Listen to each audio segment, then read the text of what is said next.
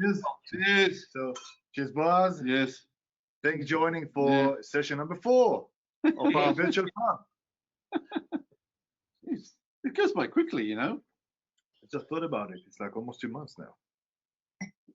Yeah. Yeah. You know what? We might start.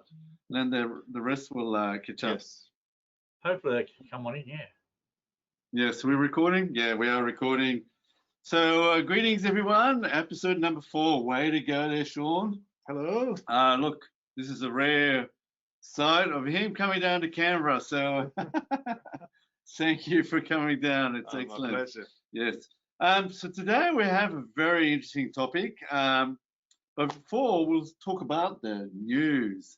And I'll start off with what's happening on today's TVs quite a lot, and that's Black Lives Matters. And without a moment of hesitation, we see hackers taking advantage of Black Lives Matters. And there's some quite funny ones. I read an article from a Swiss research company that they see a lot of phishing emails taking place, trying to get people to click on certain links and obviously get compromised. One was quite funny. I had a little picture from KFC saying, "Together we stand united with Black communication to listen and speak up against inequity, oppression, racism. That's why we're giving away $20 worth of meals with this coupon." So there's so there are a few of those happening, and KFC, to the credit, and I think one of them was Starbucks, yeah, also had something similar. Basically had to come out and say, look, it wasn't us who actually did it. There's also a very interesting site. It was a fake Black Lives Matter site, funny enough, was linked to Australia. And it had 700,000 Facebook followers. And in the website, it had the opportunity for you to donate money. And guess where the money went to? Goodbye to the money. So yeah, so it was repeatedly transferred to Australian accounts. So these are the things. I actually wrote an article about it, so I can put it in the link. People are interested to find out more about Black Lives Matters and scams. We've also seen huge spike of ransomware. No surprise, no surprise. What's interesting, CPA, which is the Certified Practicing Accountant in Canada, got exposed with 329,000 individuals. This is more of an hacking through a third party. Yep. We talk a lot about third party risk and having access to assets. Now, why is that important? Because, as we know, accountants have a lot of clients, which means now I can do social engineering attacks, I can do phishing attacks, targeting their clients and so forth. So we can see a lot of that going to take place. The city of Knoxville in Tennessee in the US, their IT system got knocked down. No surprise, ransomware. Honda, the motor company, also got targeted, and some of the plants got shut down. This happened on the 8th of June, but typically the Japanese tend to be tight-lipped and not much information has come out, but there's been news about it. Interesting, talking about beverages. Yeah. Okay, I'll have another sip. Yep. What was an Australian company? The beer beverages? Yeah, exactly. Yeah. The ones that own 4X. Yeah. They're called Leon, and they got it. And so that there's rumors flying about. This is quite interesting rumors that Leon has actually agreed to be purchased by the Chinese. So they're thinking that maybe they got denial of attack because they're being bought out. You know, well-known brands like 4X is one of the owners. Interesting story. And last but not least, we've got a story that's just been recently published. CIA. What can you tell us about that, Sean? Yeah, well, it comes again to the old problem in the world, people. It happened in 2017, or I think 16, and it took them 1 year to discover it. So one of the most sensitive departments in the CIA that was designed to develop hacking tools to hack organizations and countries. Its own, well, they put a lot of investments in time to develop these tools, but they prioritize the development over securing themselves. So this department was not secured.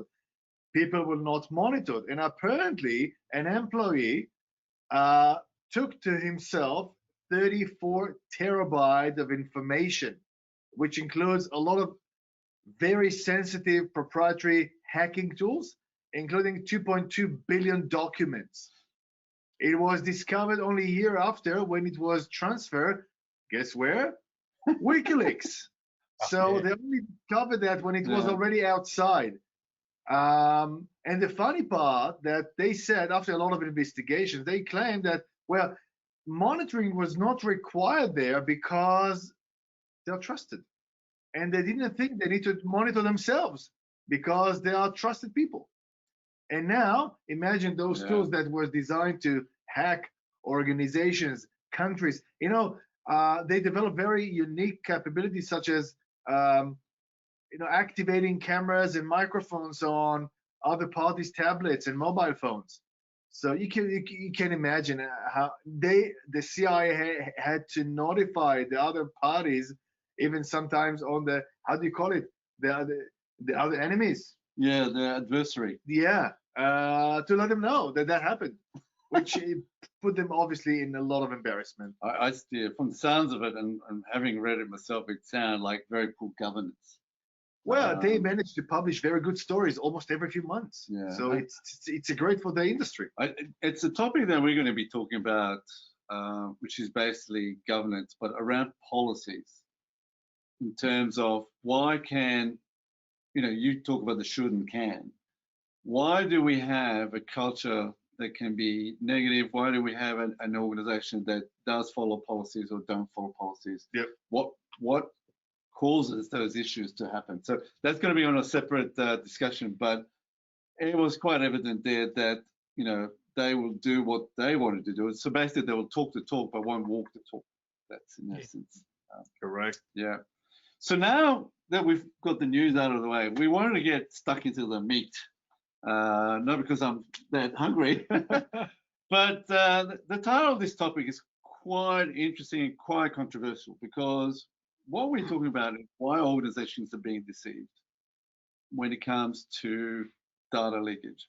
So instead of jumping it into the water, what we're sort of doing is a little bit of a role play. And I actually know Sean for some time. He's a person, and we're going to pretend now that he works for an important organization, and we actually meet in the evening hours at a pub like this one, and we're just talking about life. And when I see Sean, he's quite irate. He's not a happy camper. So I know him, and I'll say questions like, what's wrong? Why? What's going on? Well, you know me, kids, wife, family, mortgage. I have a lot of stuff in my head, but everything is fine. I'm struggling at work really hard. My manager, John? Yeah, I know him. Yeah. We've worked for nearly 80 years. Yeah. Just left. And I got a new one. Someone external. I was hoping that I would be the manager of that department because I'm there. I'm the product manager and the product designer, and I'm one of the foundations of this company. I was hoping that I would be promoted. I will get promoted. You mentioned that. You did. And suddenly they brought someone from outside, doesn't know me, doesn't know the history, seems like it doesn't really appreciate everything that I did for the company. I raised that company. If not me and my initiatives, the product wasn't so successful as today. Yeah. So I'm pretty depressed. Yeah. He doesn't listen. And what I hate the most, he started to do micromanagement, which I hate. I was independent. Now I need to report for little things that I'm doing every day. No, Get me crazy, mate. But so, hold on. So when did this happen? About 6 months ago, Yeah. he stepped in. Yeah. It was a big announcement by the CEO. It started when my old boss left. So we did it. We gave him a great farewell. On that farewell, everybody was staring at me. They thought I'm going to be the new boss. Everybody liked me. I mean, I have a lot of friends. I collaborate really well with all the management people, and especially with the department of R&D, and marketing and sales. So I have very good relationship, very good friends, and I thought I'll be the next one. Yeah. And they just dropped the bomb. Yeah. Did you get a chance to talk to the CEO or someone? No, see what is actually going on? Pretty much ignoring me since then. Yeah. So it's really sucks. Yeah. And what about the other colleagues? Do they feel the same or they're pretty pissed off? Or well, we go to lunches almost every day. We talk, and look, they also express their surprise and disappointment. I mean, they hoped I'll be their boss. So because we have the same, we talk the same frequency, we talk the same language, we understand each other, we share the same plans over the year, meetings into the night, weekends. We put a lot of from our soul, heart and soul, into that product, to the success. We invested our life into that product. Yeah. So what options have you got? I mean, well, where you're right now. Well, it's been 6 months now that I really not satisfying from working there. So I'm literally every day that I'm walking there, he's watching me. The meetings, he's asking me about the performance. He doesn't really know about the history. It's like, from fourth Dan, I'm back into a white belt. So I need to prove myself. And the worst part is that I don't get any backwind from the CEO, because obviously he needs to support his new recruitment. Yeah. So where does it leave you now? To be honest, well, it's just between us. Yeah. We're having a beer anyway. Oh, sorry, a glass of wine. Yeah, well, nobody's watching us, and nobody listening to us. Look, I recently started to think of moving forward, and maybe leaving the company.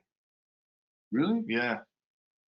And is there much going on? I mean, have you checked what's out there? I had few interviews with a few good companies, some of them competitors. Obviously, I'm very attractive for them because I have a lot of experience, knowledge. I have contacts. I have good contacts with the industry. I know the product really well. Well, I'm the chief designer. And you know what? You know Smith from the R&D. Yeah, I've heard it. Yeah. So I talk with him, and we have a plan. Yeah. We have a plan. So how do you see it working? Well, if that goes, do you have a positive outcome? Can you see it working?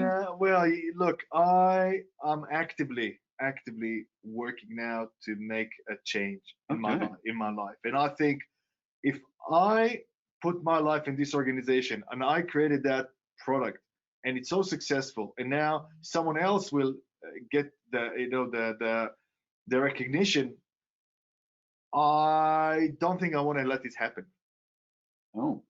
So what I think is we already started to collect some codes. Oh, really? Yeah. So Smith from the R&D. Yeah. So we in the last couple of months we are saving and backupping and taking some data outside, and also I'm preparing my leave. I don't want to hand over all my years of experience in investment to the company. Yeah. So we already doing some stuff. Yeah. I'm well prepared.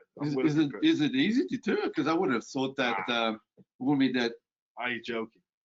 Really? I'm in the company 8 years. I was part of designing all the controls and all the. And I voted when they put all these ridiculous firewalls and all the access controls and identity management systems. It's funny.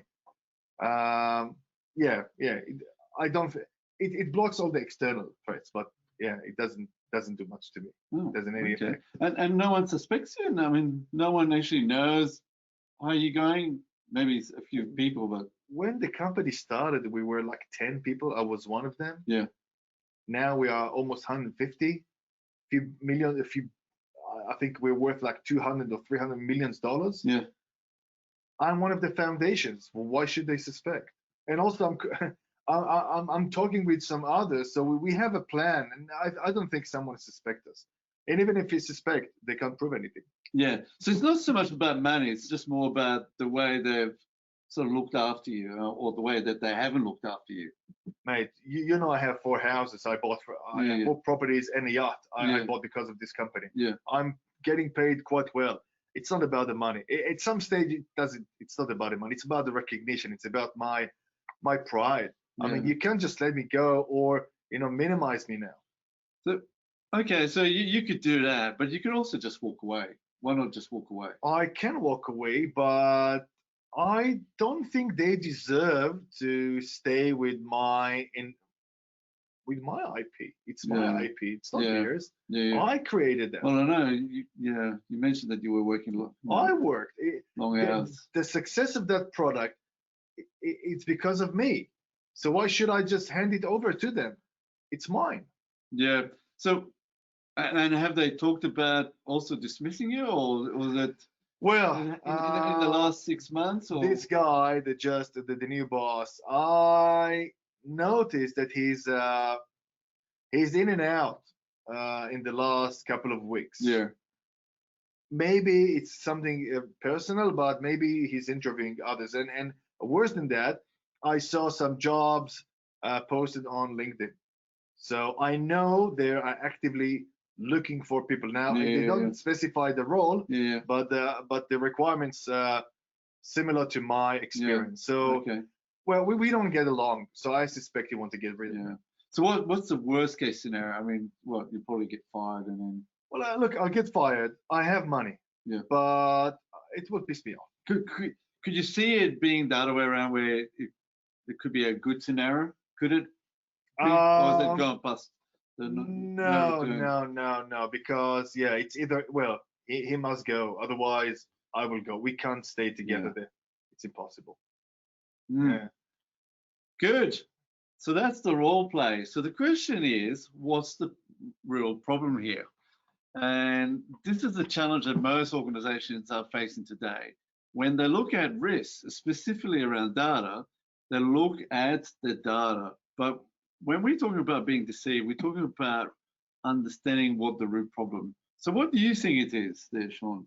What are we talking about here? Yeah, so here we presented a scenario where a disgruntled employee or a dissatisfied employee talk to his friend and share his frustration. Now, this employee has the access to the most sensitive, well, he has access to the IP of the organization, the product, which is the code. Without that code, without that product, the company does not exist. Now, not only that he has access, but he is also collaborating with others. So it's not only about him, but he's also communicating and working with others to achieve a goal. True. Now, initially, he doesn't want to ruin the company, but if he puts himself on the scale versus the company, he's more important. Now, he knows what are the vulnerable points or the vulnerable areas that can be exploited. He was sitting in these meetings where they voted about the identity management systems and the encryption systems and the protection systems and even the DLPs. Data leakage, well, I have a wonderful word for it. It never walks out the door by itself. Well, but I was going to say, here's the question. If data doesn't walk by itself, how can someone circumvent the organization's security system? Give me some examples. It's so simple. And the more you think about it, the funnier it can get. When you talk about DLPs, data leakage prevention, you think of data that leaves the door and walks by itself, but it never happens. When you look at data, it's always people provide or people determine the importance or the sensitivity of data. Data by itself is not important. It's important only when people have access and people need it. Now, how many times I said people in this sentence? It's all about people. Now, if data doesn't leave the organization by itself, someone is responsible, someone with access. Otherwise, if there is no access, there is no business. So when we filter all the external threats using all the other devices and just name them, we basically look at the trusted layer of people, the people that have access to the IP, to the most sensitive information, to the corporate data. Sure. They are exposed. So when they are exposed to data, they basically sit after all these controls. For sure. All these controls are meaningless for them at this stage. Okay? Now, I don't need to be a genius to steal data. You can put the most sensitive security systems and most expensive data leakage prevention systems, but I can go and simply use one of the most freaking and cheap anti-DLP systems in the world, my phone, and take pictures and maybe record. I can take notes and write to myself and put in my pocket. I can memorize. Correct. I can even buy, I think I found today, I think it's $24 Google glasses. Well, or something similar. Or something similar. Yes. That can record. Nobody check my glasses. Yeah. I can buy any device on eBay that costs dollars, like a button. I can even bring my teddy bear sitting on my table as a gadget that can record and transmit my screen and transmit data. Even record board meetings and transmit it in real time where nobody notices. So data, what now? If you ask any CEO that experienced data theft or data leakage, if you triple the amount of systems that you had, would that still solve the problem? Obviously not. Obviously not. And I like the metaphor, and you might want to tell to the guys here about the tennis player metaphor. That's a great little story. Well, when I drove one day nearby a tennis court, a tennis ball flew outside, went outside the tennis court and hit my car. So on my way home, I thought about that, and it was funny because this is like a data leakage. A ball leaked from the tennis court. So if something like that happened, how the tennis court manager can solve it? So he popped the question, and a vendor comes in and say, look, I can solve it. Let's raise the fences. Let's double the size of the fence. So they spend a few thousands of dollars, and they really raise the fence. And a couple of days after, someone hit the ball again. The same player. So the tennis court manager seek for another alternative. And another supplier comes with another bright idea. Let's build a Trump wall, a Trump wall that will surround the tennis court that will be 4 times higher than that fence. It costs them a few tens of thousands of dollars to build that wall. And again, after a couple of days, the same player hit the ball outside the court. This time, they have a very interesting proposal from another entity that offer them to plant very high eucalyptus and pine trees that are twice higher than that Trump wall. So they do that, and they spend a few hundreds of thousands of dollars. And again, a few days after, the ball goes outside. Now they turn to some techies companies, and that company tell them, look, invest a few millions. We have special drones. Those drones will intercept these balls, catch them, fire them, and will never let them go outside the tennis court. So they spend these few millions. 2 days, again, what happened? Ball goes out. Ball goes out. The court manager doesn't know what to do. They spend so much money and they still can't prevent the ball from going out. So desperately, he posts that ad again. And this time, someone come and say, look, for $25 per hour for a week, I can solve the problem. How come? Bigger vendors and suppliers try to surround the tennis court with so many fences and walls and trees, and even I invested millions in drones, and I couldn't stop it. So you will stop it with $25 per hour for over a week? Tell me, what's your secret? He said, well, till now you try to deal with the balls. Obviously, they will keep flying outside. My idea is to train the player how to play. So this basically story tells that when you look at the problem of the tennis ball going outside the tennis court, where is the problem? If it's the ball problem, then you can keep building walls and fences. Or change balls or change rackets and so forth. But yeah, you're absolutely right. I mean, teach the person how to play, which basically brings down that issue that, so we've got data leakage that we're so concerned about. Let's get another technology. So the question is, why is the industry being duped by another technology? Whether it's a DLP or a SIM solution or, whatever data protection system. Why is the industry so keen and saying, okay, let's find another technology?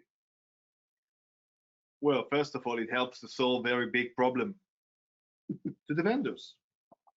Cash flow. So each vendor will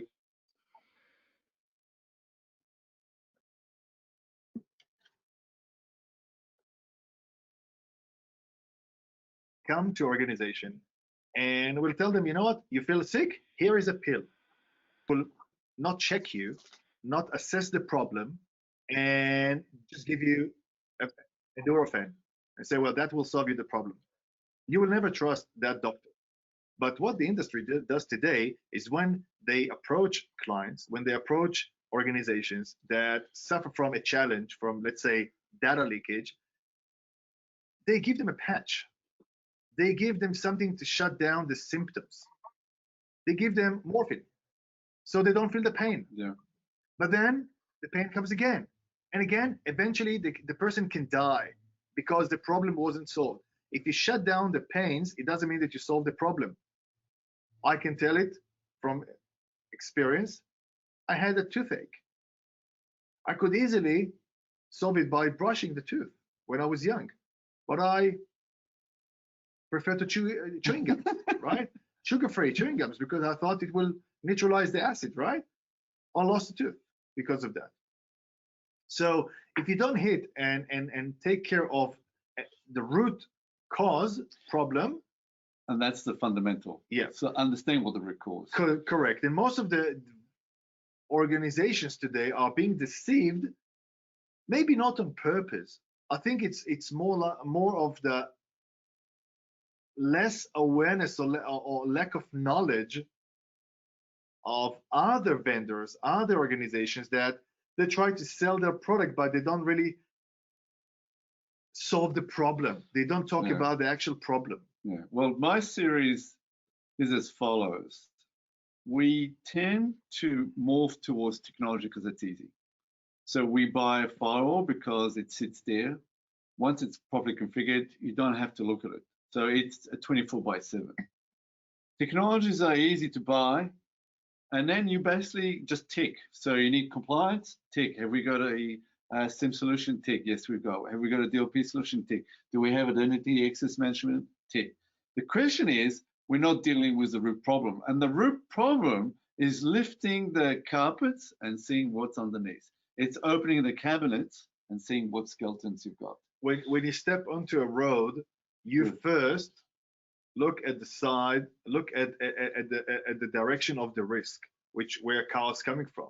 Then you look at all the other directions. You will never step onto a road, look on the other side, and try to hear where the cars are coming or not. Instead, you will always look at the source of the risk. So when we talk about different systems that, like DLPs and access control systems and identity management, those systems were designed, first of all, to block and filter the external threats, which is fine. When we talk about internals, data leakage or data theft, it's all about people that they have access. They Right. have access to the data because it's part of their legitimate work. But if you remember from the previous episode, we talked about what people can do versus what people should do. Most of the insider threats or most of the insider risks, they will do what they can do. It's like the same what we did in the role play. As the product manager, I will do everything I can to protect myself and to ensure myself from whatever will happen in the future. Now, when you look at DLPs, the story about DLP, or the story that the vendors sell, is we can stop data leakage. But a DLP, it's like a shield that can block a bullet. What if we could actually deal with the finger that pulled the trigger? That's the whole problem, not the shield that can protect against the bullet. When the bullet leaves the gun, it's already late. So a DLP, from my perspective, was designed for protecting the organization or remediate against human errors, lack of training, lack of awareness, people, or unintentional data mistreatment. But for those who want to steal information, the DLP is already, it's not relevant. You can have one DLP, you can have 10 DLPs. They will steal the information they can access to, and they can do that by various, ways and methods. And we've seen plenty of They don't need examples. to use their email to send information outside. They will not drag it to Dropbox. They will not do the obvious. Why DLPs or the traditional methodologies emphasize the obvious, and they solve the obvious. If I'm a sophisticated insider that knows the system very well and know how to manipulate it, I will collaborate with my colleagues. I will share trusted devices that can get this data. I can memorize, I can take a photo, I can use different camera glasses or different other gadgets that I can buy everywhere. I don't need to use the obvious. That's the whole point. So if you ask any CEO, any risk officer, do you go sleep at night feeling safe, that all your data is safe? I guess none of them will say, yeah, I'm 100% secure. So the question is, if you have a DLP and it doesn't solve the problem, it's like having a cleaner that leaves your house and the dirt stays inside. What's the point? Yeah. Correct. And Craig mentioned in his earlier chat message about, organizations are looking for a silver bullet. That I totally agree. Look, most organizations don't want to be concerned with having to face people problems. It's much easier to face technology, and we talk about it a lot of time. When if the door to your car has a problem with a hinge or something, you'll just take it to get it fixed. But if you've got a human behavior challenge, where do you start? And then, in today's climate of fear and the way we perceive each other, the fact that you might say, have you got a problem with your behavior? That may deem you as being a racist. So, that makes it so much harder for organizations now to deal with people behavior. So we talked about that. One of the key concerns that when we look at insider risk, they tend to focus on saying, okay, my way of solving this problem is DLP. But we've also talked about that most organizations don't understand what is the root problem. I think when they talk about DLP to solve the data leakage, it's like starting to build a building from the 5th level. Because when we talk about the leakage itself, when the data is already outside or on its way to outside and it was quarantined or caught by the DLP, it's an advanced phase of the problem. Correct. It's already in a process. Correct. So if you ask, I like to use that example of the babies that ask the mom, she said something and they ask why. So she explained and they ask, but why? And explaining, yeah, I understand, but why? We tend as people to we don't tend to explain the root cause immediately. We need to be peeled like an onion. We don't tend, in many cases, when we ask difficult questions, to answer the right answer, the definite answer. We try by layers, and those vendors that come to organizations and say, "What is your challenge?" and they say, "Data theft. We are afraid of data leakage." Okay, here is a DLP. This is a data leakage prevention. Does it make sense? Yeah. Okay, buy that term. Correct. It will catch the data, it will quarantine, it will classify, blah, blah, blah, blah, blah. Okay, but if the CEO or that person would ask that vendor, but how? How do you solve my problem? We capture the data, we see the flow, we see the files. Yeah, but what is the problem you're solving me? Oh, okay, so you will not lose your IP and it will not cause you financial losses, etc., etc., etc. Okay, but how do you solve what is the problem you're solving me? The data doesn't live by itself. It starts with people. How do you deal with the people? And then they raise hands. Now, people is up to here. Correct. We deal with data. So how do you deal the prevention? How do you prevent data leakage if you don't deal with the root cause? It's funny. And so nobody asks those questions. This is why we think the industry is deceived, because those DLPs vendors, they tell a story, not complete. Yes. They leave some empty chapters.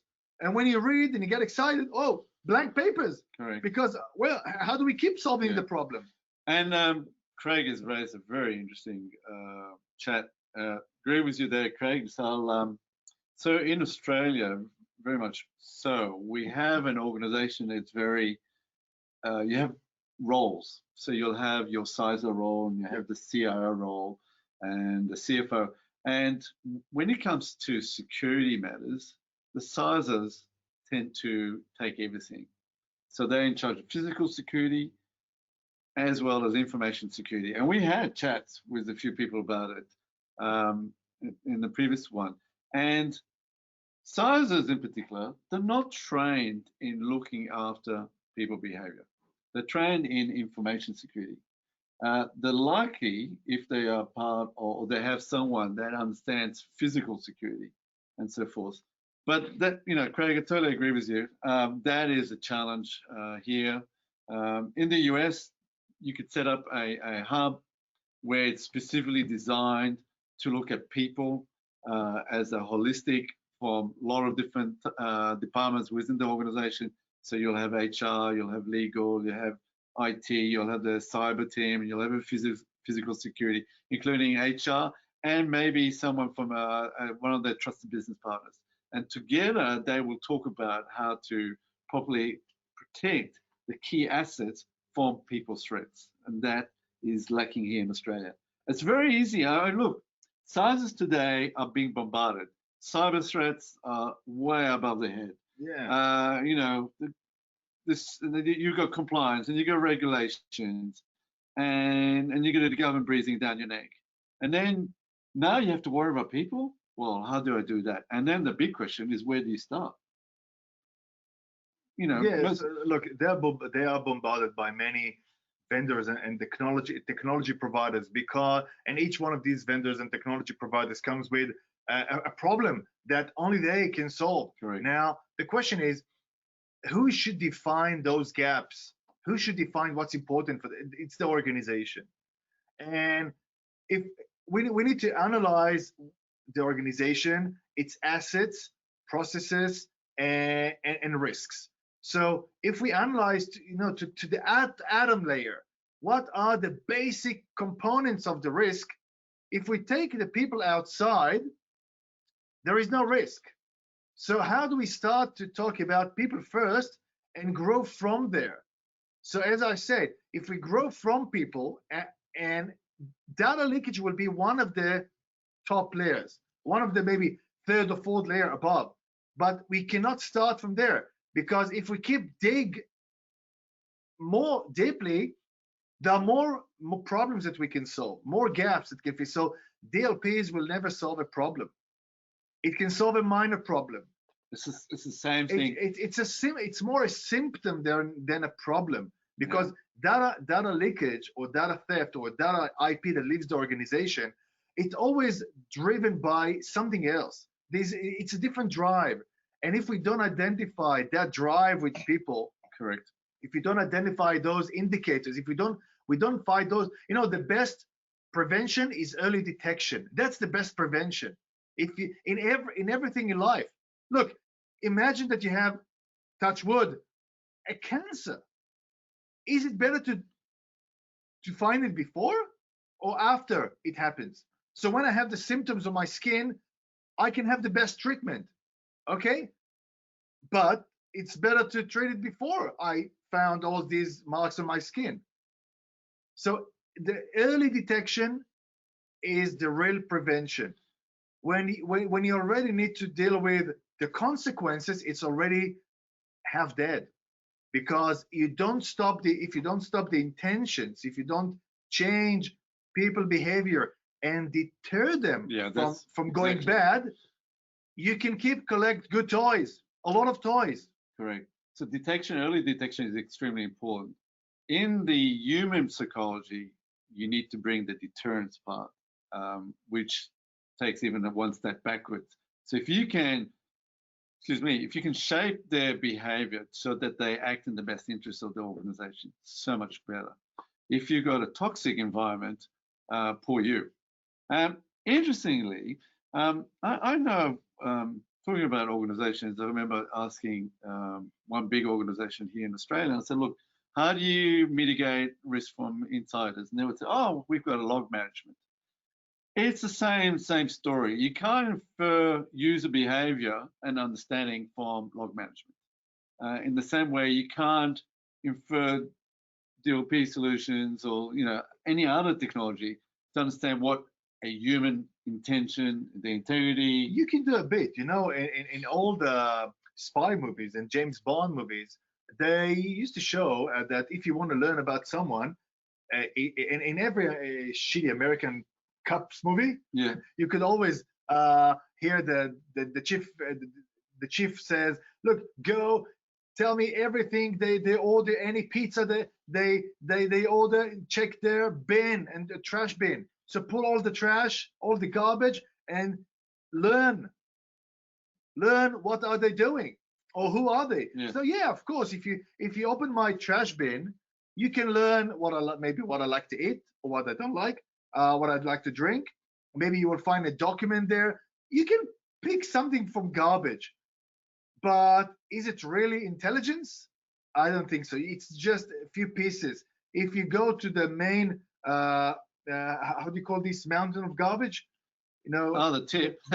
If you go to the tip or with the waste management center, you can definitely get a lot of good pieces of something. But does it tell a story? Does my trash bin tells a story? Well, maybe if you go to the yellow bin, you will see how much I like to drink or which drinks I like. But if you go to the red bin, it doesn't tell any story. You can pick some things, but it's like the SIM.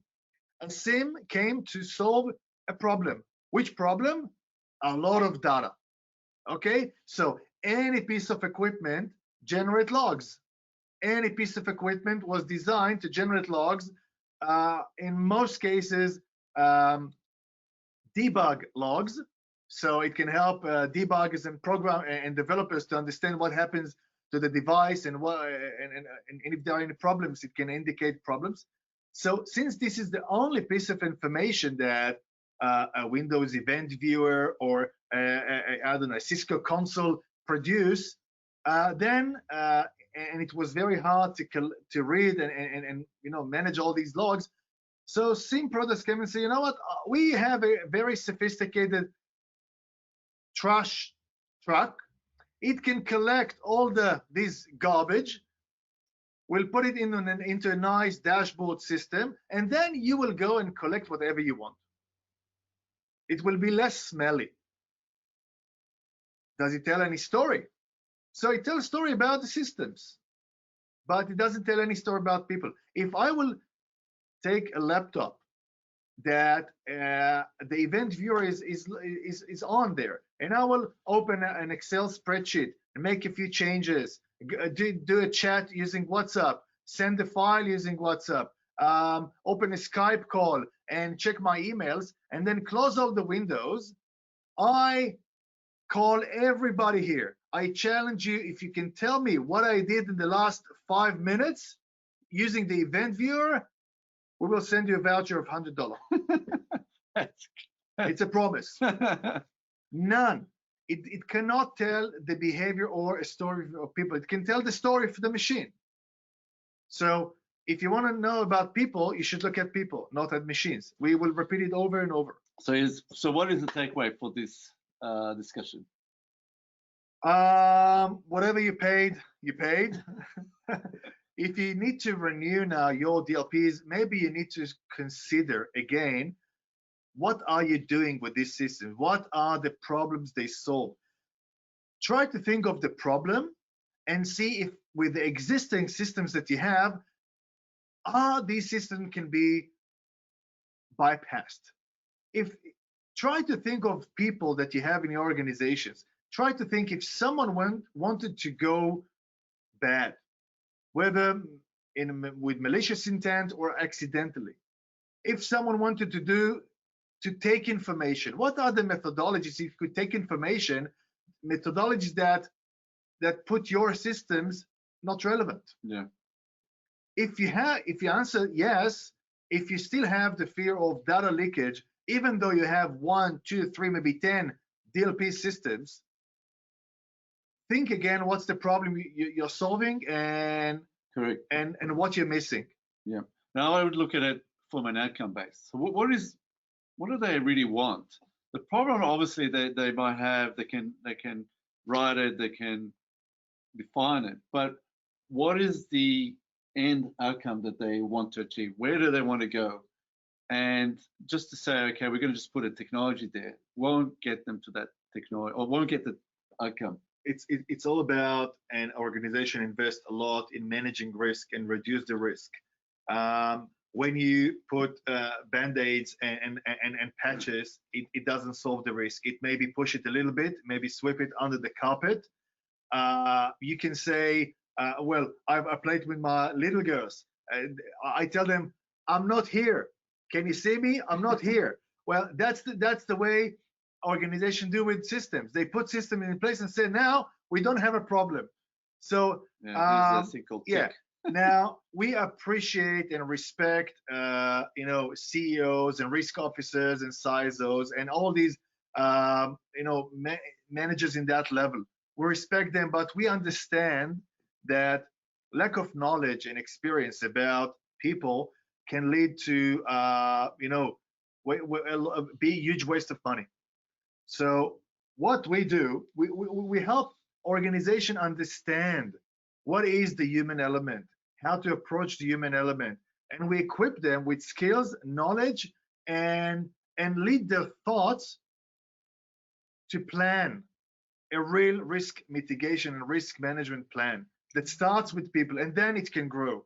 But we help the organization to save up a lot of money that they just throw to non-relevant solutions. So it's not so much tossing what they currently have. You can still use it, but actually define how that relates to people risk. And then you can utilize what they currently have and then supplement either with behavior, culture, and a number of things that will help change their understanding of how they can act in the best interests of the organization, so that the risk in as such for an organization is diminished substantially. Correct.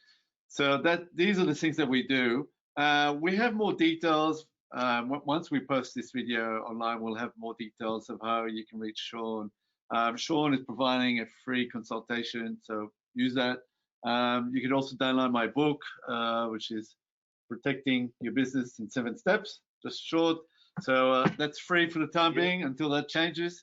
Good stuff. Yeah, look, the other thing we'd love, if you've got a topic that you'd like us to talk about, let us know. I think we have, well, we weren't going to talk about policies next time, but we're going to do We'll also talk about, I think, the role of HR. Yes, role of HR. How the human resource is managed or not managed. Yeah. So that's going to be the next one. With that, I bid you adieu, as the French would say. Yeah, thanks for joining us, and look forward to seeing you next time. Yeah, and after this recording, we'll open that for open chat. Thanks, guys. Thank you.